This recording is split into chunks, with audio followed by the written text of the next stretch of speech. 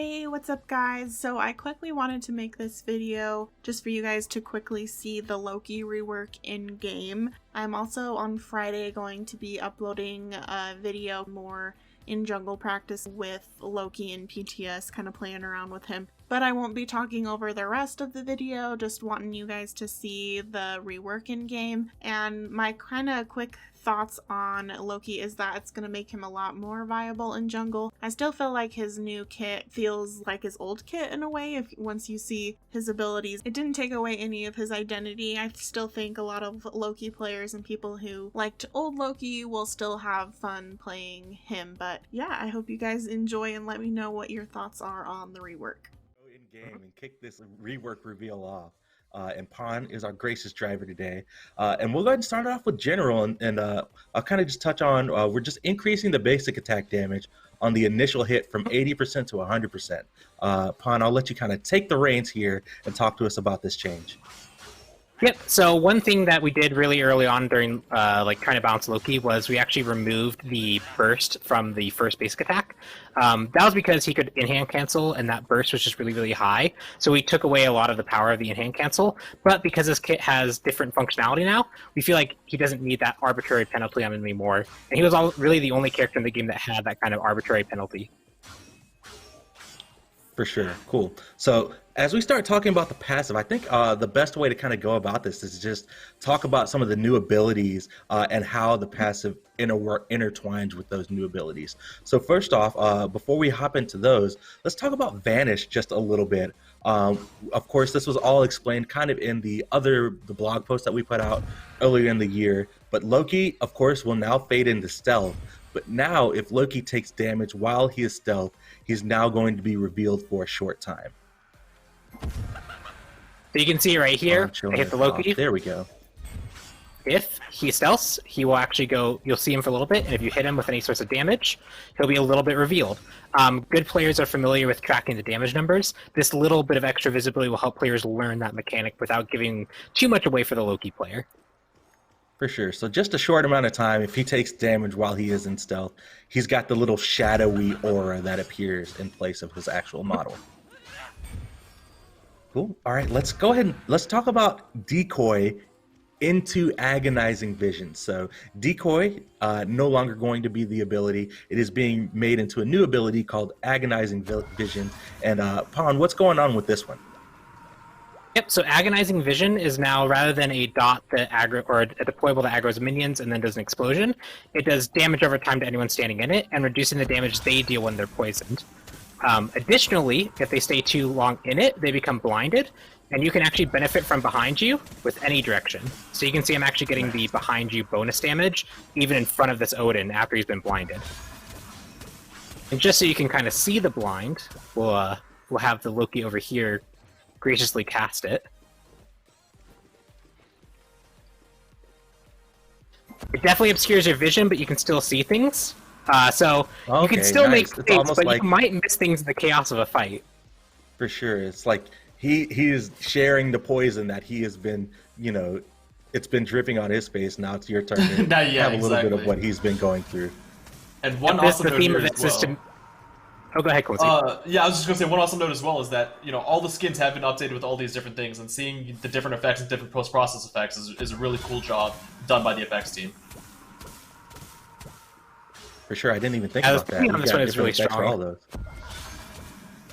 I like the idea that we were able to bring in lore ties, which traditionally Loki's base kit actually didn't really have super strong lore ties what he does in lore, but this lets you kind of see what he went through and underwent, and just the vision of seeing it, you feel that pain, so it's like shared pain. You understand more where Loki's coming from. Definitely. Right. You can empathize a little bit with the Loki player, is what you're saying. Yep. For sure. All right, let's talk about Aimed Strike, now Flurry Strike. Loki is now going to unleash a flurry of daggers, 5 strikes really quickly. Pawn, if you want to show off the ability and if you guys want to go into what's going on.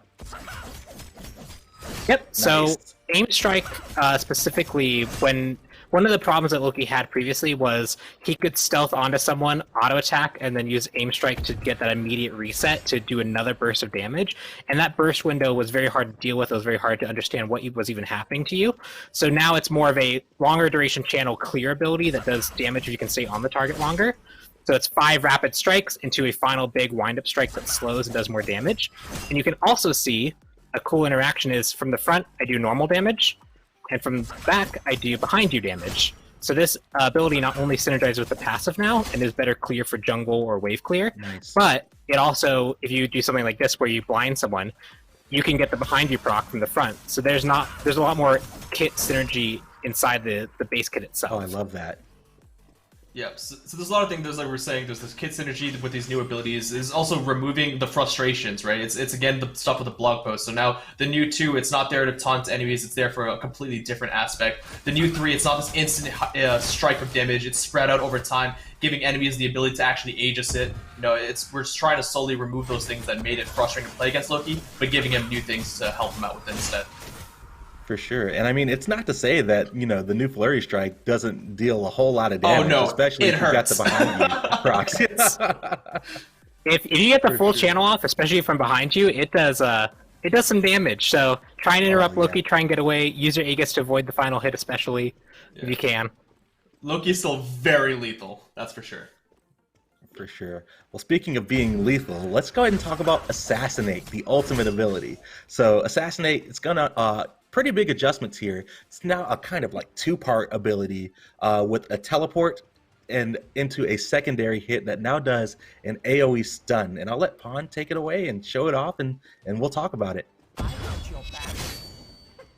Yep, so you can see he does the very similar things that he did before, where he actually teleports onto a target. You can aim it, you can teleport anywhere you want to, and when you lock on the target, you do an initial bit of damage.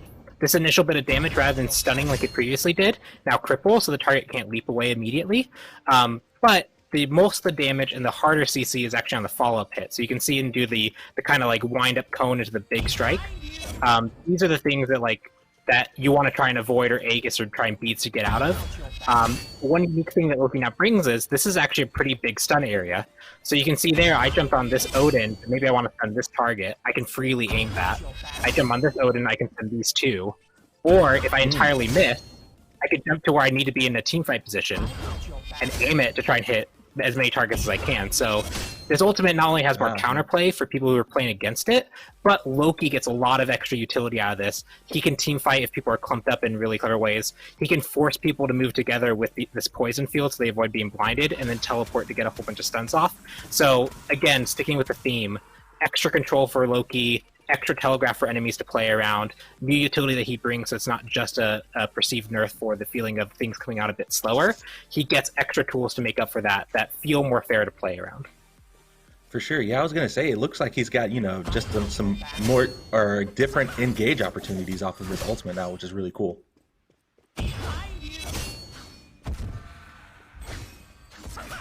Pawn showing off the kit just a little bit more. So as you're doing that, guys, now that we've gone through kind of most of the rework and what's going on, where do you guys see Loki now post the 7.10 update? Where do you think his playstyle is going to be, and what do you guys recommend? So we've messed around a lot because we know that the place that he currently plays right now is kind of like this weird solo or supporty build because his jungle clear isn't quite good enough, and he uses like his split pushing. We've played him around in the solo lane, we played him in the support role, we played him in the jungle, and with this extra clear from Flurry Strike being a pretty effective clear tool, the 2 also being an effective clear tool because now it's not a pet, it actually benefits from things like Assassin's Blessing. His wave clear is a little bit more consistent. You can kind of brawl with people and not just rely on Decoy. But I do think he's going to fall mostly to the jungle role. Cool. What about you, Clumsy? Yeah, I feel similarly. We've given him tries and playtests both in the jungle role and solo. I think one of our primary goals was definitely to make sure that he can thrive in the jungle, and I would say that that would be the best place for players to give him a try in. Just like Pon said, the abilities 3 and 2 can now clear the jungle pretty effectively, where previously, you know, each one had a different purpose. And his gank potential is still extremely high. It may not be as much of in a burst, but over time, it's probably actually doing even more damage. And then he can carry that over into the late game. That's the most important thing. You don't feel as singularly, you know, close down when you've used all your abilities and that one person's left the battlefields on like 1 HP. You can actually contribute more to the fight with this new Loki playstyle.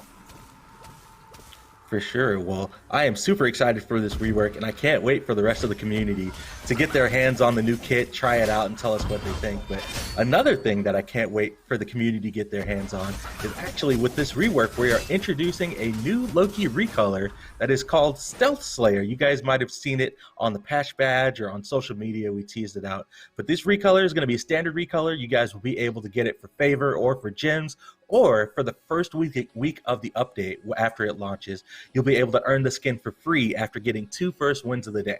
So definitely Nice. Celebrating the Loki rework with an awesome new recolor. And I love the card art, but let's go ahead and take a look at the turnaround here to get a better look at what the model is going to look like. And I love the whites and blues here. What do you guys think? Just that's so a very clean. I swell love it. skin. I like this one a lot. Definitely. It'll look looking good by super using clean. the new rework.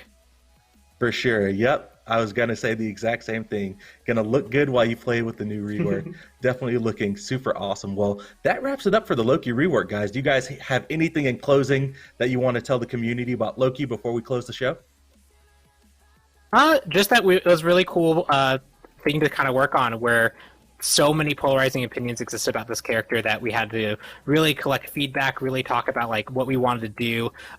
It's really rare that we get a chance to like explore it really that in depth, and like if you've ever seen the dev blog post be that long to explain why we're doing a change, and the iterative feedback where we got feedback from everyone. We did a second round dev stream talking about it. Just this whole process has been really, really cool to go through, and I hope really everyone enjoys this Loki rework. Most definitely. Yeah, absolutely. If you have any doubts, give Loki a try. I think you'll be very happy. For sure. And I do have one final note before we close. I definitely wanted to address Loki and the rework and how we're kind of treating Loki being banned in like ranked and competitive play. So the current idea now in the direction that we're going is once the rework launches, he will be available for play in ranked immediately, but we will be competitively banning Loki for a couple weeks from the SPL, SCC, and SOC, just to give the pro players a little bit of time to feel out Loki after the rework before he hops right into competitive play. Cool. All right. Well, that wraps it up for the show, guys. Pond Clumsy, as always, thank you guys for hanging out with me for about an hour here and going over everything. Community, thanks so much for tuning in and watching. PTS targeted for this weekend on Friday, so be sure to keep an eye out on social media. We'll be sure to make announcements on everything that goes over for that. So be sure to take it easy, and we'll see you guys on the next one.